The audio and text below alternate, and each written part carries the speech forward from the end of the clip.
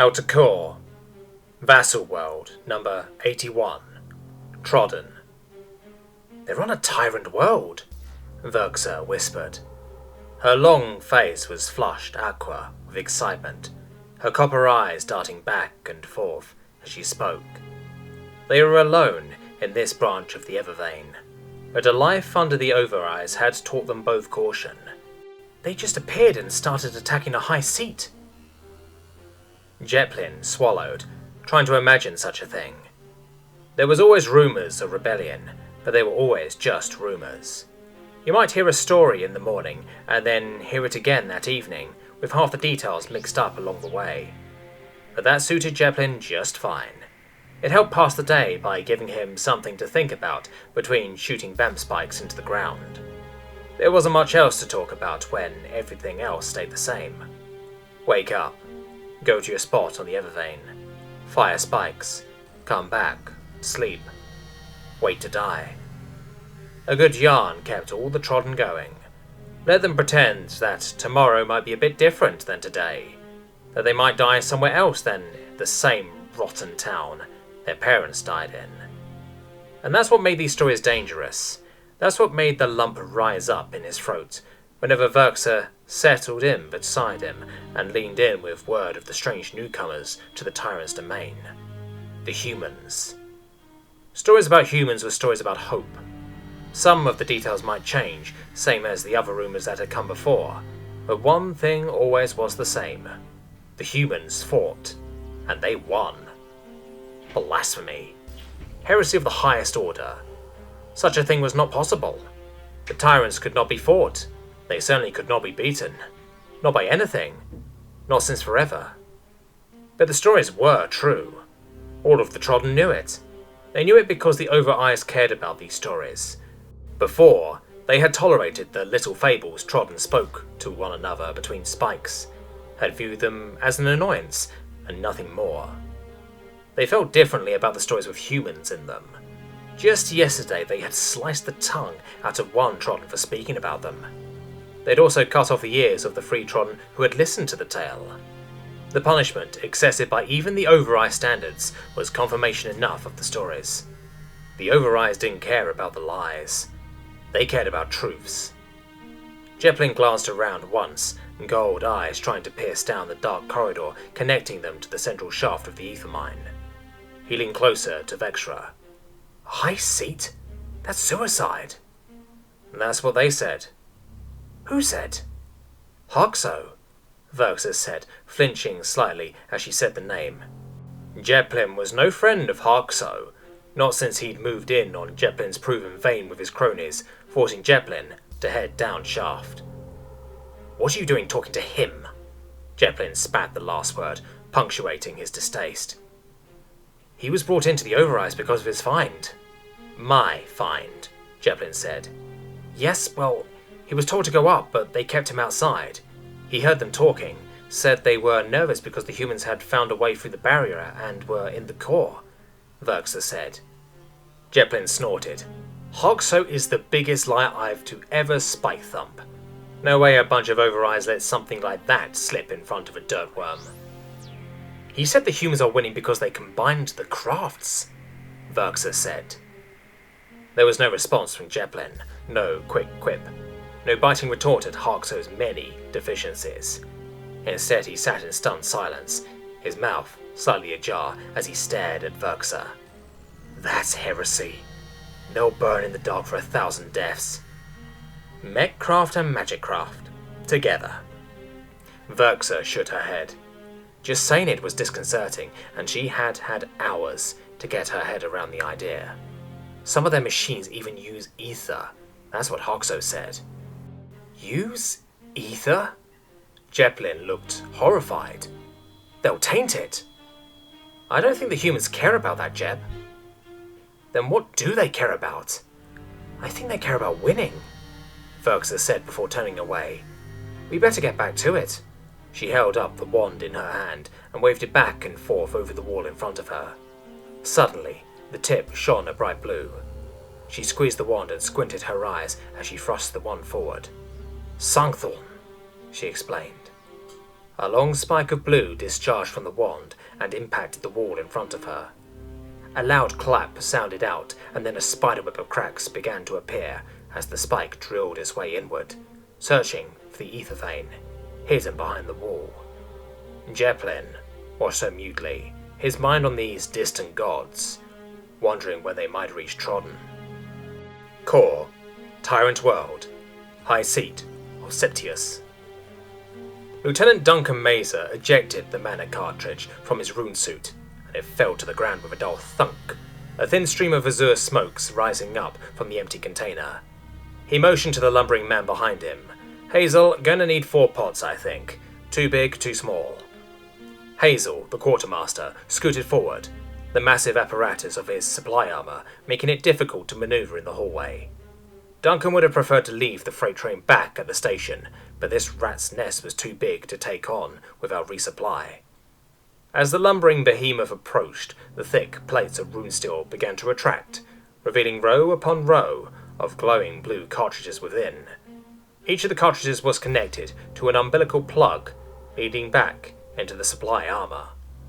Duncan leaned over and grabbed a large one, yanking it sharply to detach it from the plug, before taking a moment to press it into the holster at his hip. Once pushed into place, the holster retracted into his hip and disappeared into his mage scale. Duncan then grabbed a second large pot and pushed it into his secondary on his other hip. It disappeared as well, and he felt a surge of energy. Instantaneously, everything became sharper, more vibrant. Even after 2 years in the rune core, he still loved riding the rush as the mana spread throughout his mage scale and fed into his bloodstream. He always felt invincible. Under different circumstances he would indulge the feeling a moment longer, but this was neither the time nor the place. Instead he pushed the heady feeling aside and grabbed the 2 small pots. He exchanged the half-used one in his null orb and put the other in his pistol. He then nodded to Hazel. "You already took care of the rest of them, yeah?" Hazel nodded, a distant look on his face. Duncan couldn't imagine what it was like to be flooded with that much mana, but he wasn't willing to trade his head for that kind of high. He was just happy they'd gotten Hazel. Half the other quartermasters were juiced out of their mind, which was why Duncan preferred to run missions without them. But that wasn't an option here. This place was on the next level. Most of the baddies they'd come across were the crimson assholes that had only been the big bosses on the early worlds. Half of them threw spells, the other half threw tech. All of them were a giant pain in his ass, and now he was balls deep in a hive of them, probably cut off from the main deploy, and nothing but blood and guts up ahead. He'd be pissed off if he didn't love it so much. You didn't go to Rune Core if you were a fucking casual. They'd all been through too much training and body modding to be bored. And, before the Krimis came along, the galaxy had been a mind-numbing cakewalk. Now it was finally getting interesting. The Krimis were a proper foe, civilized and militarized. Something worth getting out of bed to put 6 feet under. No more bug stomps, no more wraith hunts on some outer moon. They weren't a pest. They were an enemy. Ones that, by the look of it, had found mana a long time before humanity had. Other species had known a bit about mana, but they'd used it intuitively, a natural enhancement to what they were already doing. The Krimis committed to the practice. For the first time there were some spell throwers that knew what they were doing. Half the spells Duncan had come across weren't anything he'd seen back home, and their wizards were getting a quick education on how far they had to go. If he hadn't been orbed up, he was pretty sure him and the rest of his platoon would have been zeroed by now. Turns out the Krimis hadn't seen a null before. They weren't ready for a magic gobbler. So sad for them. It also meant the dragons got to right point. Most of the other platoons had 1 null at most. He had 4, including himself on hand. The overlapping absorption fields proved to be decisive in a number of engagements, and while they were tired, they were a lot less dead than some of the other platoons that had gotten sent in. Rumours were already spreading throughout the Corps. If you wanted to live, you wanted to get to the dragons, because that's where the best were. Duncan took a lot of pride in that, and he spent a lot of time making sure it was true. Which meant minimalising stupid shit. Plans, preparations. Use the tools at your disposal, even if it was a sluggish portable mana generator like Hazel. "Alright, Hazel, we're gonna head in." You hang back until we clear the way. I've got 4 to babysit, Duncan said. Hazel just nodded again, the rune steel unfolding from its storage panels and moving to cover the treasure trove of mana cartridges. Once the protective plates were in place, Hazel began to slowly shuffle backward, leaving Duncan with more room to maneuver. Duncan took the opportunity to wave over Staff Sergeant Dinny Lundgren, his number 2 in the platoon. Lieutenant? She nodded as she knelt beside me. Had Lewis on recon, cast a searcher and said there's 4 mana users ahead and 10 others. Duncan's face scrunched up. Just getting thicker and thicker, ain't it? Diddy nodded. We can look for a way around, but Lewis is saying the quickest A to B runs through him rather than around. We're potted up, so we can bash our way through, but it's going to be ugly. How are our whizzes? Saw a lot of spells flying from outside in that last engagement. A lot of them are tapped. We can do an infuse, but fatigue is still setting in even with the sanctuary up. We can lean on them if we need to, but the odds of a misfire are going up. I'd say we're better off going heavy on the tech side. The tanks are ready, my gunners are hungry, and we still have 2 orbs on top of yours. 2? Duncan asked. Prophet Mishkin got his melted. Tried to take a flame weave and it overwhelmed him. He's got a future, but he's still not used to the big leagues. Duncan nodded, reworking the logistics in his head. That's going to make this an even tougher nut. The Crimmers will dump big mana, and their tech isn't weak either, Duncan said, his eyes focused down the hallway ahead of them. Wish we had more than a searcher to go on. Yeah. I'd like a peek around the corner too, but Lewis says it's warded. No way to get close without giving them a heads up. A double jumper would go a long way right now, Duncan exhaled. That'd make this all a lot easier. Diddy was quiet for a moment. We all miss her, Lieutenant. She was a big part of the Dragons. If our phasers could do it, they would, but those shoes are just too big. Duncan shook his head slightly and changed the subject. Alright, Staff Sergeant, I'm going to ride Vanguard on this one. We'll have the other gnolls to protect the flanks, and I should be able to suck the spells long enough for our folks to come through the bottleneck and in on the action. Rest will be the same drill as the last time. Have the tanks soak up front with the gunners behind. Bolter down the techies until there are more holes than body, and then go for the Zards. Phasers on spell disruption if they've got an open jump, but I don't want them catching any crossfire by hopping in early. With me so far? Diddy nodded. Yes, sir. Split our wizards, half prep defense, half prep offense. Don't have them cast without my say-so unless I'm out, and you need to scramble. We're only 2/3 in, and we might need some extra oomph on the way back. Hold the mage blades again? Hold 'em. No reason to go charging like a bunch of fools into a fortified position. If we get into melee, they can do their thing, but let's not get fancy. By the book until the res are face down in the dirt. Understood? Yes, sir. The mage blades weren't going to like it, but that was how it had been since the dragons had been deployed to Crimmy Worlds. More than a few of them were grousing to go back to Bugstops just to get a little more action and keep their skills fresh. She didn't blame them. They were here to fight the same as the rest of them, and hanging back grated on them. Alright, let's get everyone set up then. Duncan looked around the room. It was illuminated by a light golden glow from the sanctuary spell one of their wizards had cast. The way behind them had been blocked off by a series of shift walls, which had given everyone a chance to catch their breath, heal a bit, replenish their mana, and get their mind set for the next go-around. Hazel had found a place in the centre of the room, hunkered down in his armour, his eyes bleeding blue tears as his body processed and managed the mana he stored. He'd hold it together for a while longer. He had one of the highest tolerances in the entire Corps, but eventually he'd start to crash. If worse came to worse, they could unload some of the mana, but every drop was life when you were behind enemy lines. A few feet to Duncan's left were 4 Goliaths, clad in Juggernaut-class runesteel, each holding large runesteel tower shields. The tanks.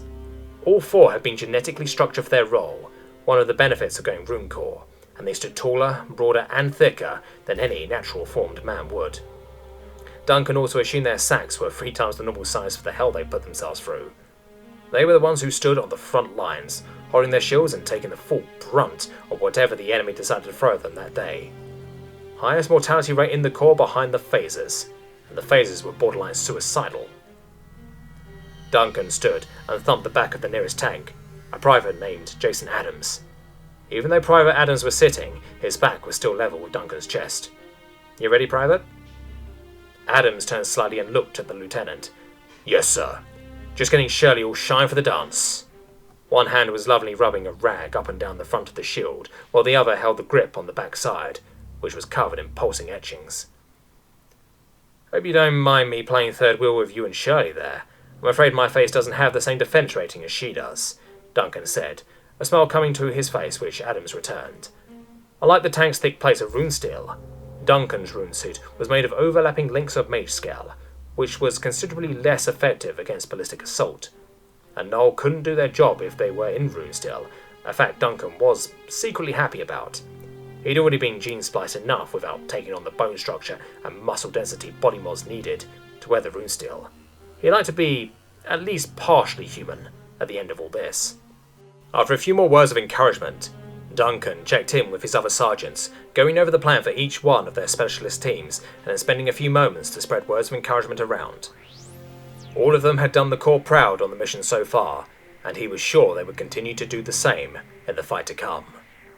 They'd all said the right things and given off the right aura of bravado, but Duncan could see some of the cracks forming. The wizards looked haggard, their glyph inventory growing short. The mage plates were annoyed at seeing so little action. The gunners wanted to shoot something, ideally immediately. They all had their quirks, but they were disciplined and dedicated. They were dragons after all. Seeing everything as settled as it was going to get, Duncan conferred with Dee Dee one more time, and then turned towards Sergeant Haley Ortez, the wizard maintaining the sanctuary spell.